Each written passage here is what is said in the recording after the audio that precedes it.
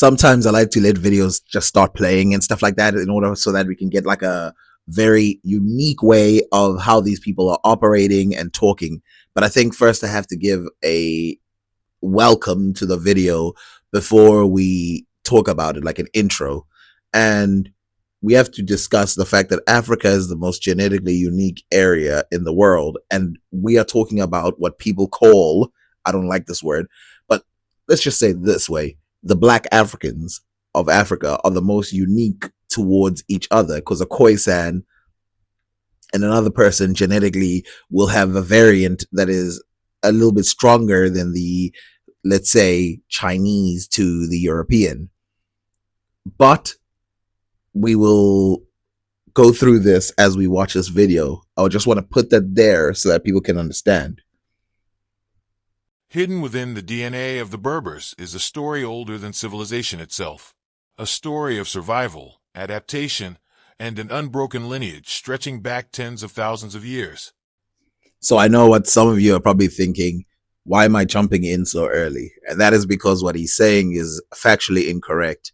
The Berber lineages have been broken and they do not continue for 10,000 years. In those 10,000 years, even using the most optimistic view of modern Berbers versus ancient Berbers, these two cultures really have nothing to do with each other.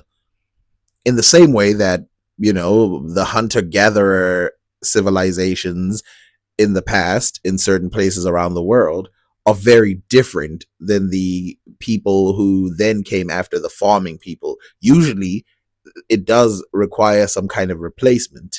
A good example of this is how farming changed Southern Africa, which was dominated by pygmy tribes. And then all of a sudden, there was these West African people coming in and dominated the entire region to the point where previous people that were even written about are now just thought of as Bantu. When we think about human ancestry, we often talk about the migrations out of Africa, the genetic mixing across continents, and the influence of powerful civilizations.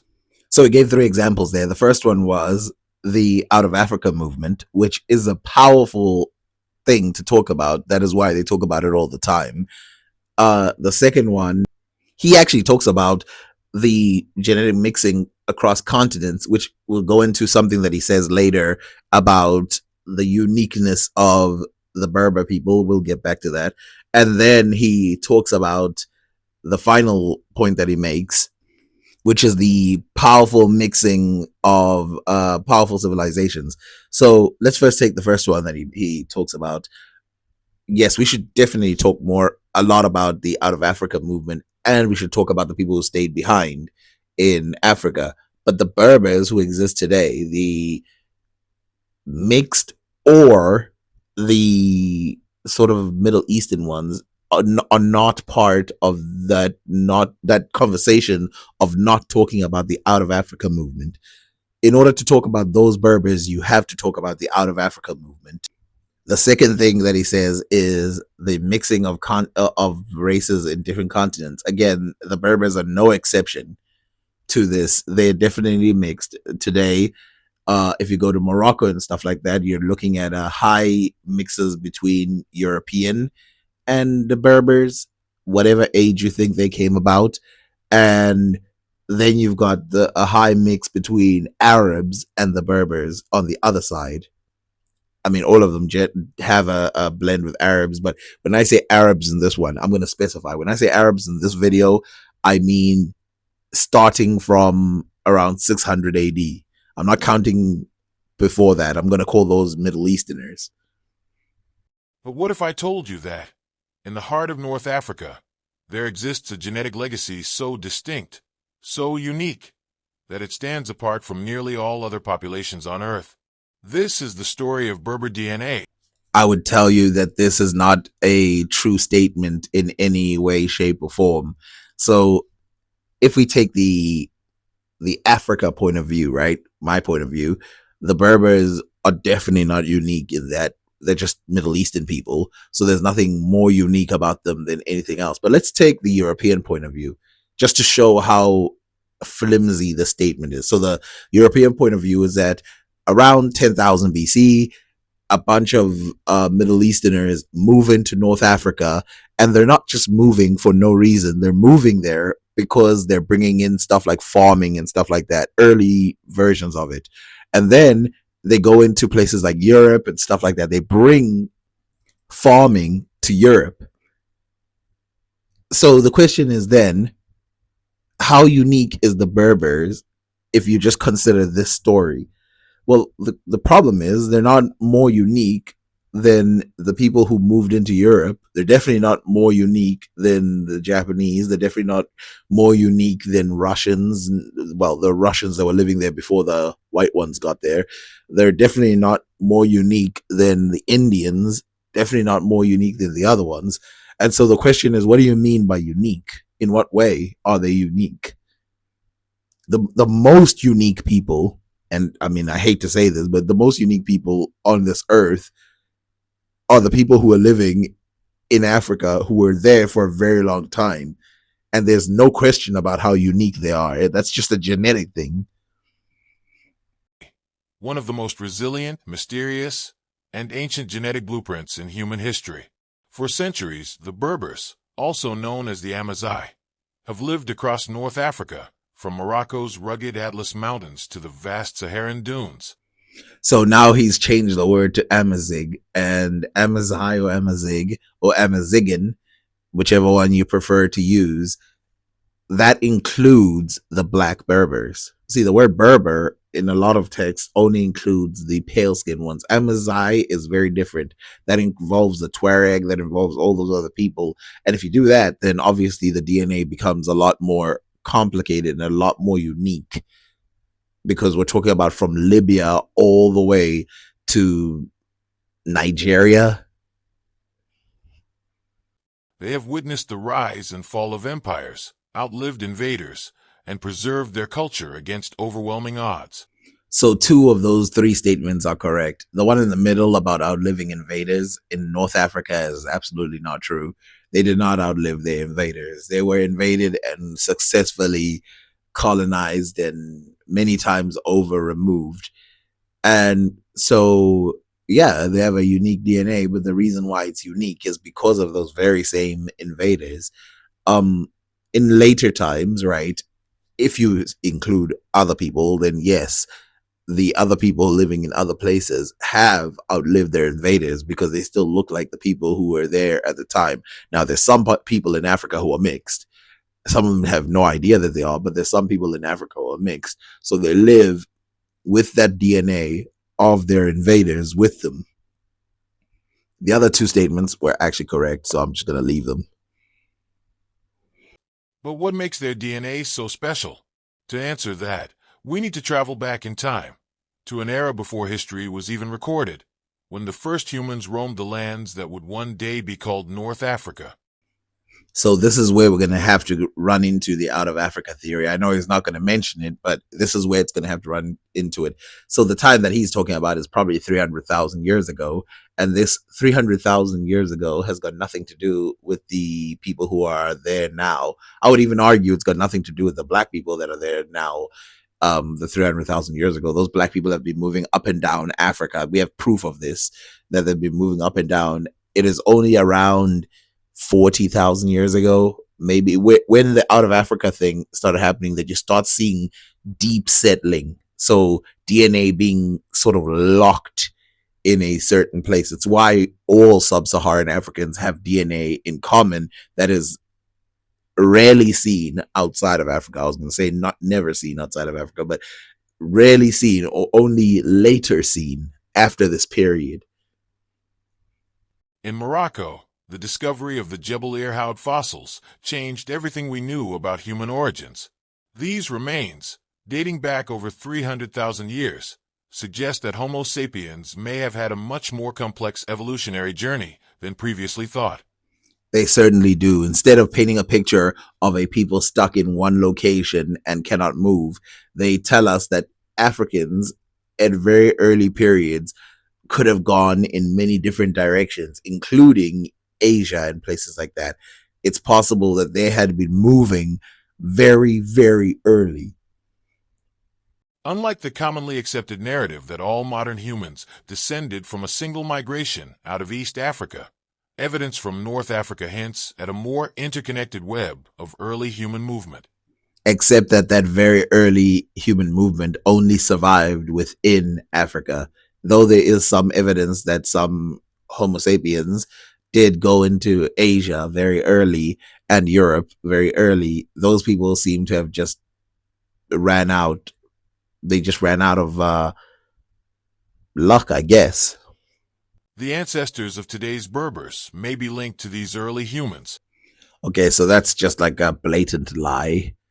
The ancestry of those North Africans is tied to almost every person in the world in a way, because of course they resemble one of the earliest human beings to ever come out of whatever, right? They basically Homo sapiens in the way that we are today, but they do not necessarily resemble a single group. And of course, haplogroup F and how it eventually branched out and gave us all these other different people tells us of the potential of that DNA. And again, we should not always assume what people would have looked like specifically in the past, but you do expect that since they're within the boundaries of Africa and that certain genes hadn't come up yet, that they would look like Africans in general, Black Africans in general. So this idea of trying to put Berbers as far back as 300,000 years ago, silly. Their genetic markers forming an unbroken chain stretching back further than almost any other population in the world. You know, I keep feeling like throwing up something on the screen to be like, no, this can't be true. But I actually have no idea what he's talking about. There is no one in the world who thinks that the Berbers have an unbroken chain.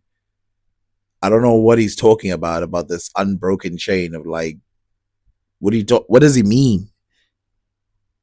Like, does he think that other people don't like, does he think Native Americans have a broken chain? Because they've been around for a pretty long time. Does he think that Black Africans have it? Okay, so let's take unbroken chains and just start with Africa first on its own. Oh, let's start with Australia. Australia's got one of the longest unbroken chains outside of Africa in terms of genetics. And then if we go to Africa, then we got the Khoisan who have an unbroken chain for a pretty long time. We have West Africans who have an unbroken chain that goes back tens of thousands of years. We've got where do you want to pick? Fast forward to 20,000 years ago, and we find the Ibero-Maurusians, an ancient group that left an undeniable imprint on Berber DNA. So this is a general Wikipedia understanding of the Ibero-Maurusian DNA, and it's not done by Afrocentrists or anything like that. So I'm just throwing out the fair what people think. Like, this point doesn't even make sense if you go by what the mainstream just thinks. So if you look at this right here, you can see that it's not an unbroken chain. According to them, there's Middle Easterners coming in, right? Eurasians or West Asians. And then there's sub-Saharan African DNA coming in. So not only is it not an unbroken chain, it's broken, according to them, as soon as it starts, a combination of Natufians and sub-Saharan Africans. Oh yeah, the other point that he says is that there's an undeniable marker between these people and the later people who would exist then. And that is only true for some of them. A lot of them have like Arab/European DNA. Others have pure sub-Saharan African DNA. Others have sub-Saharan mixed with Arab DNA. Some of them have sub-Saharan mixed with European DNA. So there's not like this, like they just have this one line today. It's like, well, it's a little difficult. Found in caves across North Africa, their genetic makeup shows a blend of early European hunter-gatherers and Near Eastern ancestry. So that is just a blatant lie. There's no real evidence for European DNA. There's Eurasian, or what you really Middle Eastern DNA, and then there's sub-Saharan Africa, which he doesn't mention. By the way, keep that in mind. That's the honesty of this video. yet they remained distinct from their neighbors. Then came the Capsian culture around 8,000 years ago. So again, we're talking about something completely different here now. So he's going to talk about the Capsian culture, which is different than the Ibermerusians that existed before. Continuous, not really. And this Capsian culture does seem in a later way to have an increase of African DNA. Introducing Neolithic farming techniques and further shaping the genetic profile of Berbers.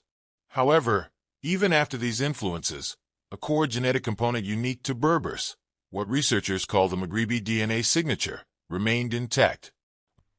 The Maghrebi marker that he's talking about is EM81, a piece of DNA that first established itself somewhere in Africa. We're not sure exactly where, but we know that it branched off from an African strand, and it is found all over Africa in very large amounts. And then it is found in smaller amounts in places like Europe and stuff. And then, of course, it's found within Middle Eastern populations. This Maghrebi marker does not make them completely unique, as you can see. But here's what's even more astonishing. Despite the waves of migrations, invasions, and conquests that swept across North Africa, Phoenicians, Romans, Vandals, Arabs, Ottomans, Berber DNA has shown remarkable resistance to being diluted. Unlike other indigenous groups that were genetically absorbed by more dominant cultures. Right. The only problem with what you're saying is now it makes it sound like you're saying that everyone who lives in North Africa is a Berber. There's a difference in an Amazigh and the rest of the people who live in North Africa. Not everyone claims to be that. That is a fundamental problem for what you're saying. If he means all the genes of the people in North Africa are Berber genes, then he runs into a much bigger problem, which is that these people, they show high amounts of European DNA, they show high amounts of African, sub-Saharan African DNA, as they call it. They show high amounts of like Egyptian type Middle Eastern DNA. They show high amounts of East African DNA. Like, we're talking about all of these together in one person can amount to about 12, 13, 14, 40%, depending on the individual. The distinctive Maghrebi marker is nothing compared to, by the way, let's just get one thing straight. If you had to put these people into groups, you would really still go back to the fundamental groups. You would still put these North Africans in the category of Middle Easterners genetically. And then you would say, and as they do in all popular genetic, let's say pop genetic stuff like 23andMe, they would still put you in Asian territory, and then with European and African stuff mixed in. By the way, only a small amount of people claim not to be Arabs in the Middle East or North Africa. حسب رأيك شنو أصول التوانسة؟ احنا وصلنا حسب ما نعرف، حسب المعلومه اللي عندي بربريه، ماناش عرب معناها. ودليل على ذلك بعض الكلمات اللي داخله في اللغه نتاعنا مثلا في الشرق ما يفهموهاش. اذا كان باش نحكيو على الجديد فما من الطليان، فما من الاوروب معناها، وفما من الامازيغ. اذا كان باش نحكيو على القديم من الحضاره القرطاجيه، من عندنا زاد وصول من اليونان. بالنسبه لي انا شنرا معناها المعترف عليه انه توانسه اميكس بين امازيغ عرب، معناها فما برشا عرفت تعديت اوقات كل مره يجيو جوغ تاع جنسيات جوغ مخلطين فهمت. Berbers retained a genetic fingerprint that is still distinct today. Studies of mitochondrial DNA, passed down from mother to child, reveal that the Berber lineage is one of the oldest maternal genetic lines in existence. So again, a simple Google search will make you realize that the statement couldn't be further from the truth. As you can see here, it says the origin and age haplogroup LO is estimated to have originated in Africa around 15,000 to 150,000 to 200,000 years ago, making it the most ancient haplogroup on the human mitochondrial DNA, mitochondrial tree, mitochondrial Eve. All living things come from this, blah, blah, blah, blah. L1, L2, L3, and their descendants M and N, which populate the rest of the world, are derived. The LO lineage represents the deepest, earliest diverging branch from this common ancestor. Geographic concentration, the highest frequency and diversity of the LO haplogroup is found amongst the Khoisan speaking populations such as Kun, Kwe, and Un, who reside in parts of Botswana, Namibia, and South Africa. This high diversity indicates a long, continuous presence in the region. Significance: the existence and distribution of LO provide strong genetic evidence for the out of Africa model of human origins, confirming the deepest roots of all human maternal lineage lie in Africa, and specifically with what tribe? The Khoisan. The U6 haplogroup, found almost exclusively in Berbers, has barely changed for thousands of years. On the paternal side, Berber men carry the M81 Y chromosome haplogroup, sometimes called the Berber marker. First of all, the U6 haplogroup is not a North African specific haplogroup. It actually comes from Asia, and then it actually shows the return to Africa. Now, of course, I don't agree with these dates of around 30,000 to 45,000 years ago becoming a signature, because they don't even have evidence of that. They're just saying there's no DNA from North Africa from 30,000 years ago. And then there's the African expansion subclade like U6A show early Paleolithic African expansions, while U6B and U6C are more localized to West Africa, linked to Saharan dissociation events. The idea that it's unique to the North Africans doesn't make sense. The idea that it's ancestral to the North Africans also doesn't make sense. And the idea that it's been around for a pretty long time is another one that doesn't make sense. It might have been there for a couple thousands of years, but we are not even going back maybe 2,000 or 3,000 years, with the exception of like very close to the Middle East parts of Africa. Because it's found at extraordinarily high frequencies among North Africans, yet is almost non-existent elsewhere. This means that while cultures, languages, and empires may have shifted over time, the biological inheritance of Berbers has remained remarkably stable. So all of those things have shifted, but I would argue, of course, that the Berber language has remained stable for a pretty long time, more than the DNA part of it.